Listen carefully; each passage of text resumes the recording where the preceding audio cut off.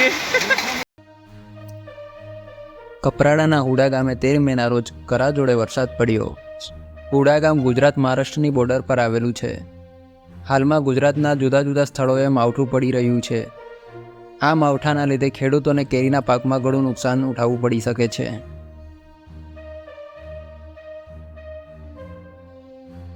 हो रहा है